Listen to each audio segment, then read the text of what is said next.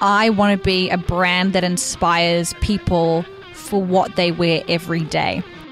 Episode 67, Elisha Watson on impact via people from a refugee background making everyday underwear, published Wednesday 24th January 2018. Twice, 2 weeks in creative endeavour is about people making positive dents on society and sharing their stories, learns and journeys to now. I'm your host, David Binstead, and I'm really grateful for episode support from BizDojo and BizDojo Wellington. People give their time and expertise to many causes for a whole heap of reasons. To begin 2018, I'm chatting with people with involvement in the volunteer and philanthropy sectors to explore what motivates them to contribute and, just as importantly, how they're striving to innovate to solve big problems. My guest today is Elisha Watson, a lawyer turned social entrepreneur. She is CEO and founder of NISA Clothing, which manufactures and sells underwear made by women from refugee backgrounds. Her mission is giving others a hand up. Relentless optimist and risk taker. Welcome to the show, Elisha. Thank you very much, David.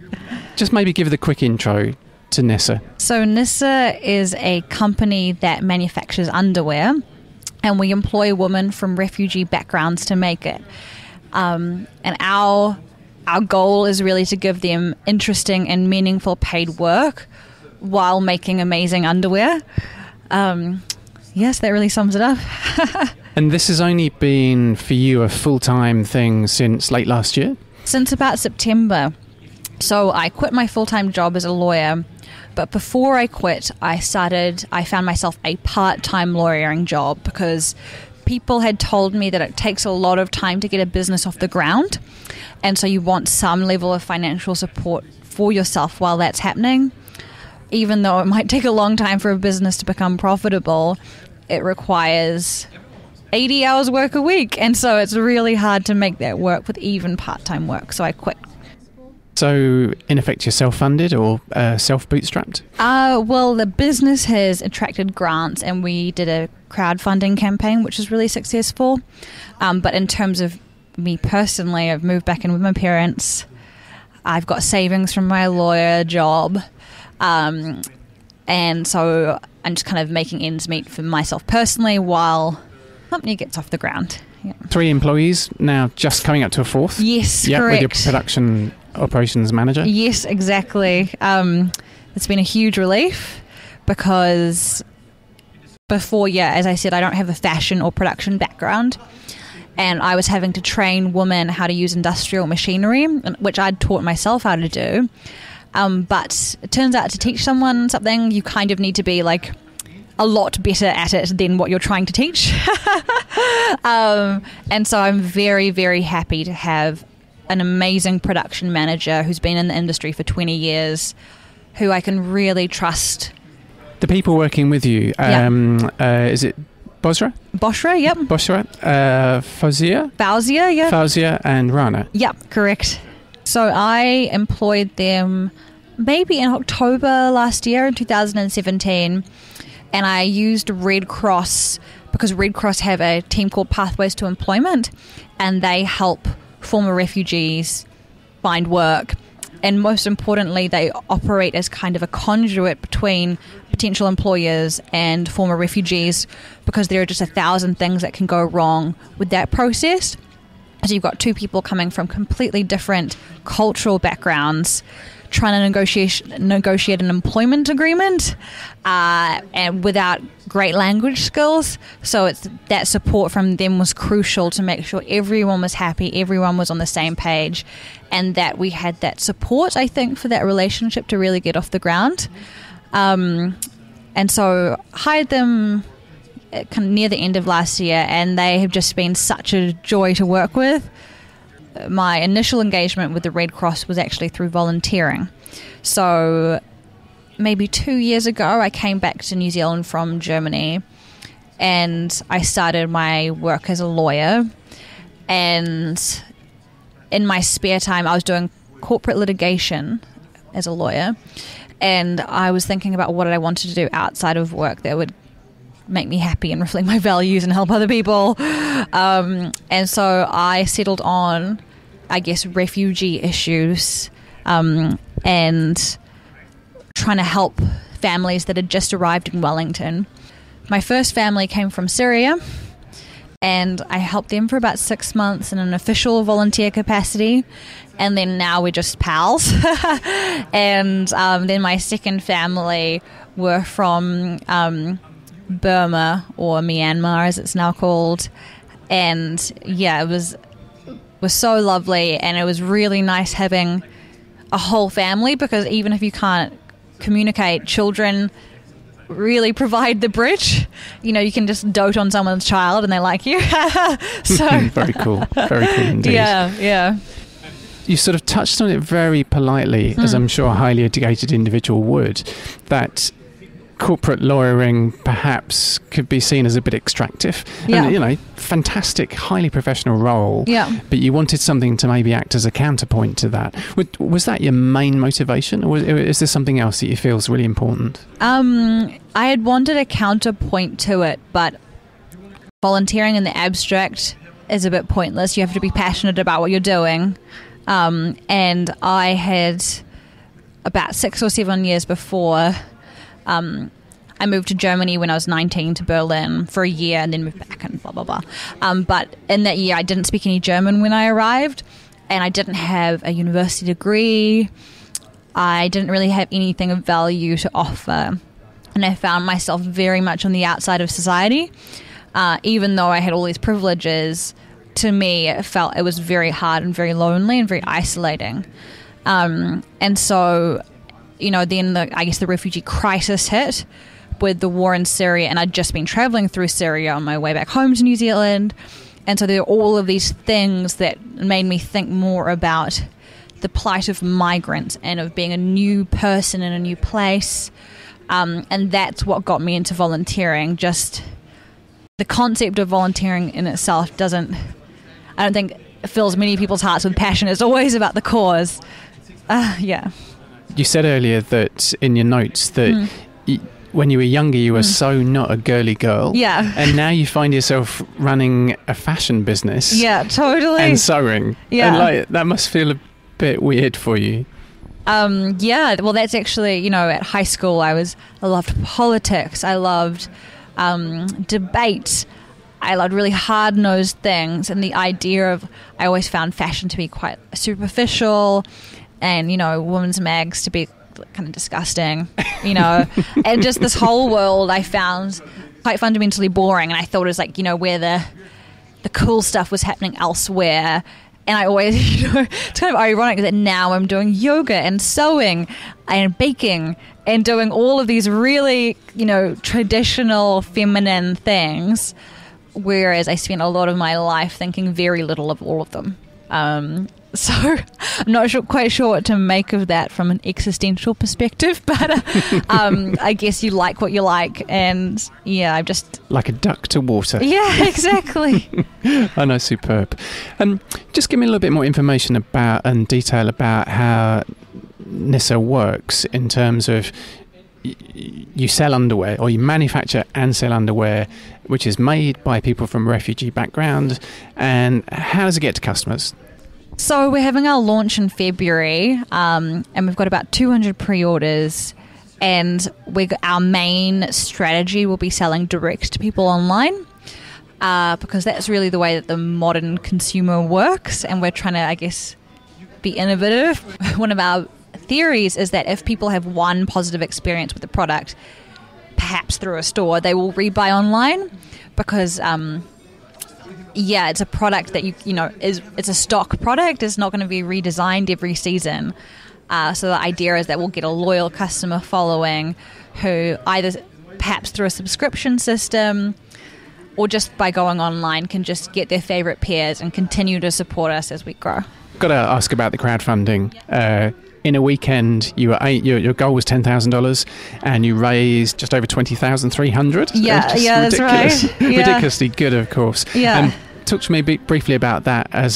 It almost feels like a bit of like a Wellington social entrepreneur playbook. It's kind of like you've got to go through the challenge and reward of it. It does seem to be predominantly PledgeMe crowdfunding as well. Yeah. So tell me about that. It was really hard for me to work out what I wanted our financial goal to be through crowdfunding, because you don't want to be overly optimistic and not meet your goal and come away with nothing. But equally, if you set your goal too low, people, and you meet it too easily, people quickly become uninspired, I guess, because they don't feel like their additional money is really helping you, or you don't need it. So yeah, in hindsight, I set it too low, but I wouldn't have known that. And because the thing that made the huge difference for us was that we were on the front page of the Dominion Post during this time, actually at the very beginning, and that changed everything. We got people emailing us, donating thousands of dollars, and people really excited about it, and people stopping me on the street. So that really changed everything, and I just couldn't tell you what would have happened if we hadn't had that exposure. Because a lot of people being passionate about things are seeing other people being passionate about them. So there gets to be, the echo chamber becomes quite helpful. No, totally. Yeah. It must be like a really good feeling to... You can almost have to make a bit of a guess about what you think is a realistic but challenging figure, and to then have it almost immediately blown out of the water. Must be both humbling, but also you're kind of like, I can do so much more with this now. That's exactly why I actually quit my part-time job. So I thought it would take a long time to get this off the ground. And I was thinking more that it's like a traditional fashion business, and thinking that, most people who start fashion labels work full or part-time while they're getting it off the ground for about 5 years. And so I'd given myself space to follow that same trajectory. But what I don't think I'd reckoned with is the fact that people would see what we're doing as really exciting and beyond just a consumer product. And that people, it's hard to know about people's individual motivations, but it seemed that people almost saw supporting us as a donation where they get underwear in return. And that's a fundamentally different proposition to going down to farmers and buying a pair of underwear. It's kind of like the decommodification of a commodity. Exactly. And which kind of really neatly leads on to my next story. So the question, sorry to interrupt you, but it's like, is the story the product, or is the product the product? I was actually just chatting to one of my mentors about this morning. So one of my mentors is called Harold, and he used to own, or at least own or run, I'm not sure, quite a number of factories, garment factories in the Hawke's Bay, and then formerly in Wellington. And now they've all shut down because, production's moved offshore, but he's awesome. And he was saying, you're not selling a product, you're selling a story.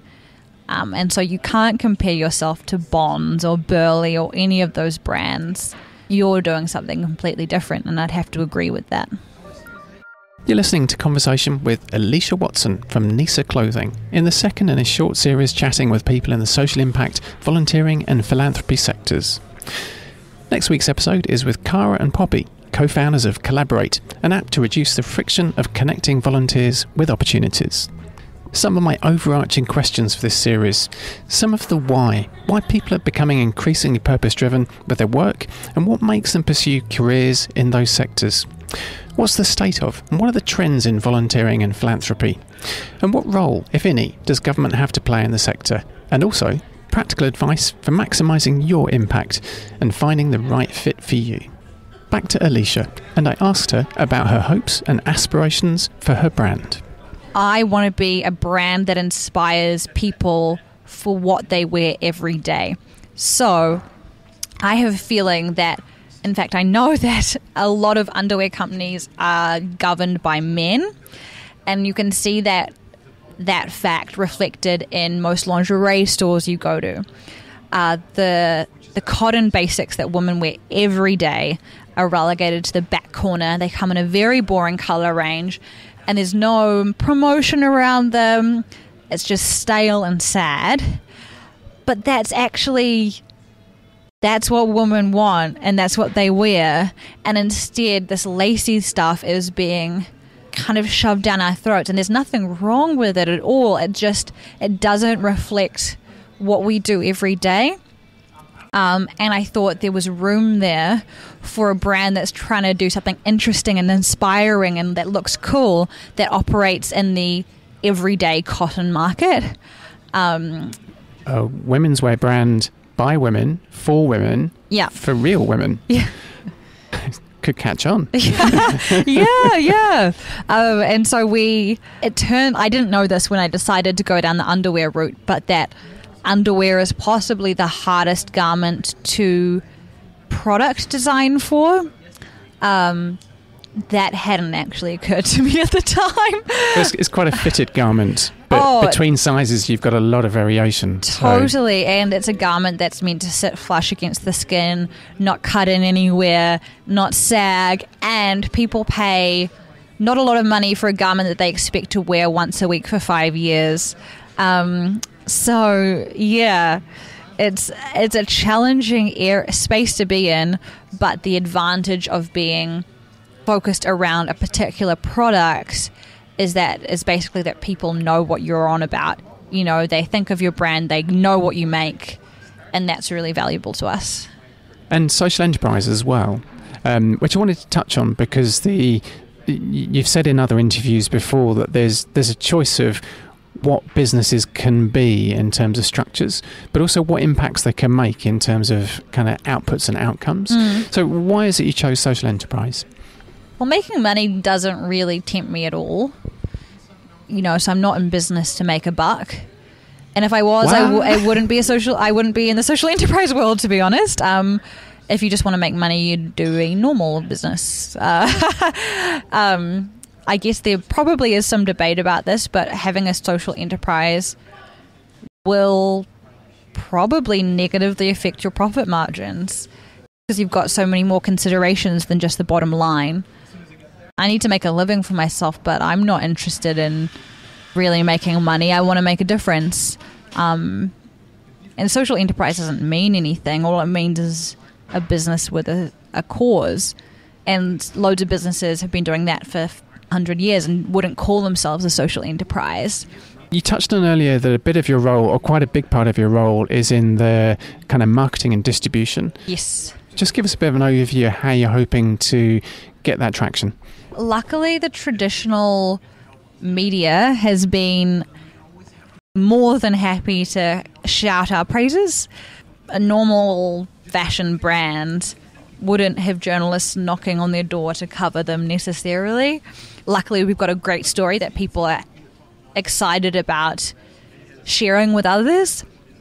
And then social media has been a blast as well. Like we worked with a TVNZ offshoot called Re, and they made a video about us and it got 40,000 views within a few days. So, it's a story that tells itself, and it's really about just capitalizing on it when it's fresh. What do your ex-lawyer colleagues think of all this? And I mean, I'm sure you're in touch with them. Yeah. What sort of feedback do you get? I was really surprised when I quit, because I thought everyone would kind of laugh at me, or not laugh at me, but be like, good luck, or hope that works for you. But actually, when I told everyone what I was planning on doing and why I was quitting, people were genuinely excited and inspired and happy for me and thought it would be a success. And for like traditional hard-nosed conservative lawyers, like that meant a lot. I thought that they would not be receptive to it at all because obviously it involves a large amount of risk. So yeah, I was really, really grateful to have gotten that reaction. People have been really positive. Like what I found is that when you're like sounding ideas with people are like, oh, I don't think that'll work. But then you do it and people are like, that sounds great. So half of the issue half of it is really just doing it and then moving from there rather than waiting for the perfect thing to come for you.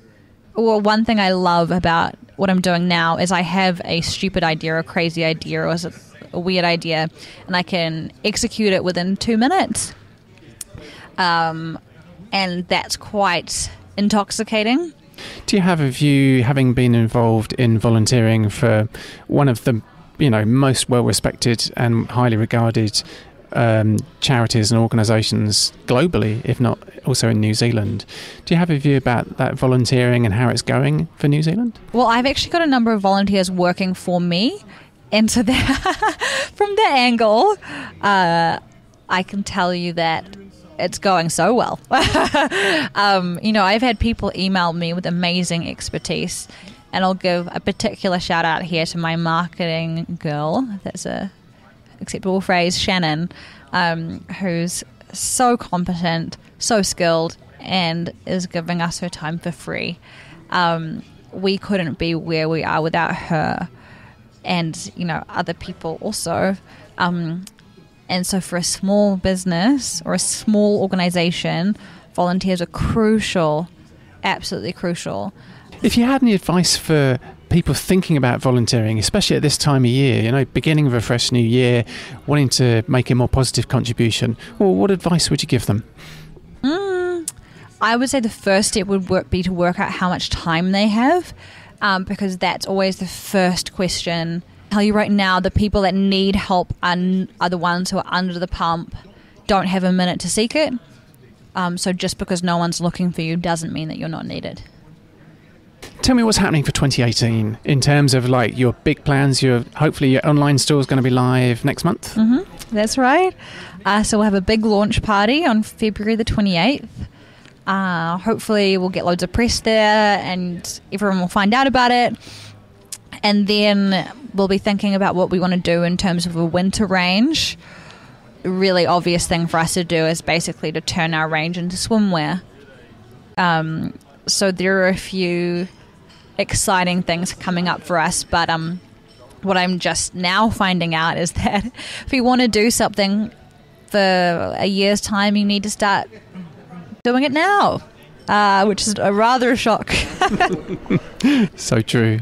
Just tell us where we can find you and your business online. Yeah, so you can check us out on our website, which is NISA, NISA.co.nz. Hey, you can connect with Twice Podcast on Twitter and Instagram at Twice Podcast, and me, David, on Twitter at David_Binstead. It just leaves me to gratefully thank Elisha Watson for dropping in, having a bit of a chat this afternoon. Thank you. Thank you, David. Kia ora, it's David here, rounding out episode 67, chatting with Elisha Watson in the pod cave here at BizDojo Wellington. Show family and friends how they can access this and many other shows on their digital devices by sharing the free gift of podcasting. Start them on the digital radio journeys by setting them up with this show via one of many locations, now including Spotify, and they'll think you're a magician and a guru. The next guests in your ears are Cara and Poppy, who chat volunteering, millennials, and their Collaborate app, recently launched. BizDojo are the first of two organisations supporting me to deliver this show. They're creating and facilitating communities of talented, interesting and clever humans, pursuing their passions through a burgeoning network of co-work spaces across New Zealand. Their impact goal is to facilitate communities of people to collaborate in an inclusive, friendly and respectful environment. With flexible options for small and large teams and contract-free plans to suit any business, go develop and deliver your purpose over at bizdojo.com. I'm also really grateful to Elisha Wellington for support to deliver this show. If you're in Wellington, build your future better by checking out the Elisha Wellington monthly programme of largely free events. Access world-class intelligence, hang with some of the smartest people on earth and learn something new. Their goal is to connect thought leaders, emerging entrepreneurs and inspirational experts to support the growth of the greatest little city on earth, Wellington, New Zealand. For all the details, go to collidawellington.com.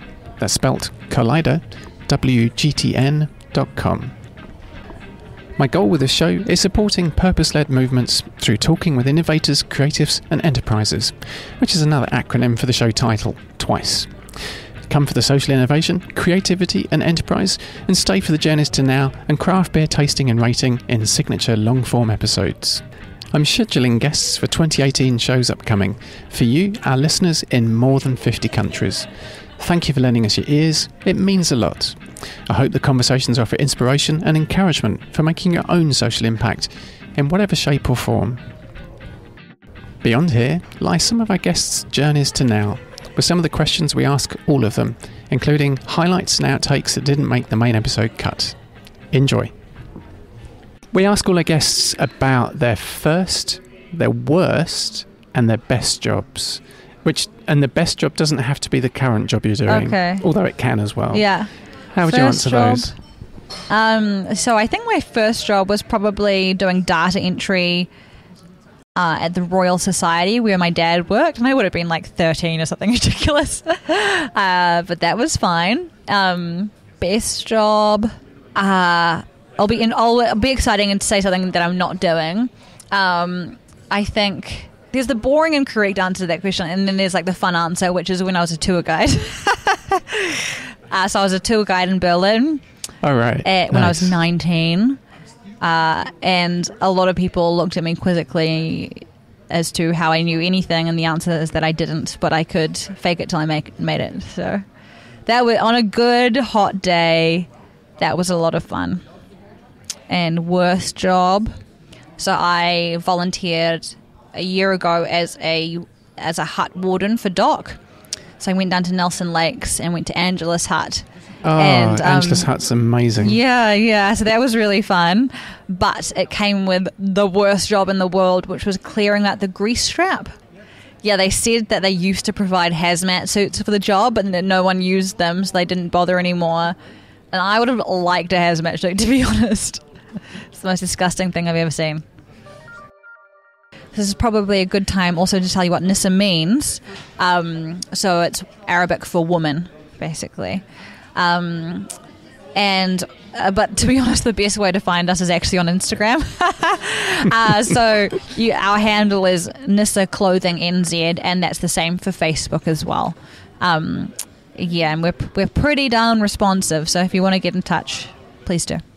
If there was one analog object or item that you couldn't live without at the moment, what would it be? What does that even mean? Hot chips. Hot chips? Yeah, my boyfriend makes jokes about how, I'll look at him and I'll be like, oh, you know what I feel like? And he'll be like, what? And I'll be like, chippos. They're just great for the soul. So hot chips is where it's at right now. If the shiny rectangular computer in your pocket is an iPhone, you hold the power to positively impact this show reaching a wider audience. Simply navigate to the purple-coloured Apple Podcasts app, search for Twice, 2 Weeks in Creative Endeavour, and rate the show with gold stars. Thank you.